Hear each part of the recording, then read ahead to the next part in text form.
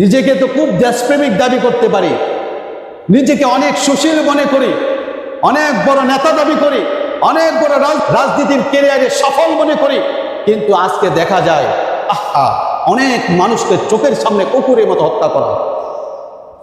এই যে আমাদের এক ভাই, এই 32-এর জাহাঙ্গীর ভাইকে কিছু মানুষ তার বাড়ির সামনে, গ্রামের বাড়ির সামনে, ইটনা মিঠাইমনের দিকে বাড়ি, উনাকে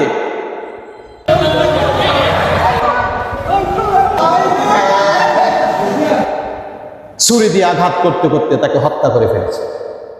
এটা কোনো মুমিনের কাজ না, এটা কোনো মুসলমানের কাজ না। সে যেই করেছে সে জাহান্নামে একটা ব্যক্তি, জাহান্নামের রাস্তায় আছে সে। এটা কঠিন, এই শাস্তি আল্লাহ তাআলা মাফ করবে না এত সহজ। একজন মানুষকে হত্যা করে ফেলেছে। আজকে সমাজের মধ্যে, পৃথিবীর মধ্যে কুকুরের দাম আছে, মানুষের দাম না। কুকুরের দাম আছে, মানুষের দাম না। আপনি ভাবেন, দেখেন, চিন্তা করুন, কুকুরকে আদর করে লালন পালন করে কত সোহাগ করে ঘরে রাখে, কিন্তু সেই ঘরে তার মা খাবার খায় না, তার বাবা খাবার খায় না, এটা দেখে না কুকুরের খাবারের জন্য তার জীবনের সর্বোচ্চ ব্যয় করে।